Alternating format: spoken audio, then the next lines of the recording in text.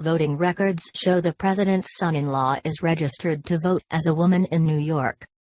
Jared Kushner, senior advisor and son-in-law to President Donald Trump, has been registered to vote as a woman for 8 years. Records from the New York State Board of Elections list Mr. Kushner's gender as female, according to screenshots obtained by Wired. The records indicate he registered to vote in November 2009. Mr. Kushner last voted on 8 November, 2016, the day of his father-in-law's election. He has yet to comment on the situation. The inaccuracy is particularly notable in light of the Trump administration's interest in voter fraud. In fact, the president has claimed he would have won the popular vote if not for the millions of people who voted illegally. Mr. Trump has formed a presidential advisory commission specifically to focus on the issue.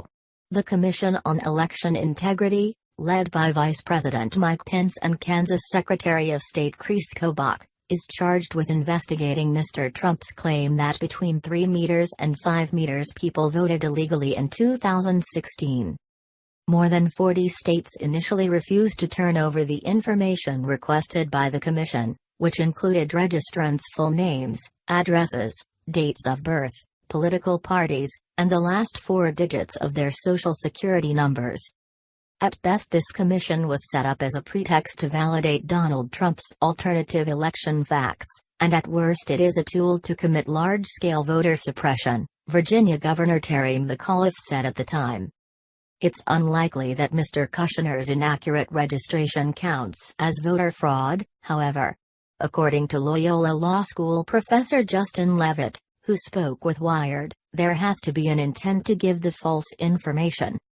The news of Mr. Kushner's voter registration comes on the heels of another potentially embarrassing revelation for the administration. Both Mr. Kushner and his wife, Ivanka Trump, have been using their personal email addresses for White House business.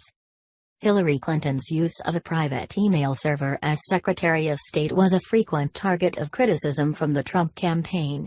Mr. Trump even suggested Ms. Clinton be charged with a federal crime, sparking campaign rally cries of "lock her up." Mr. Kushner used his personal email address to discuss media coverage and event planning with former Chief of Staff Reince Priebus, former Chief Strategist Steve Bannon, National Economic Council Director Gary Cohn, and others, according to Politico.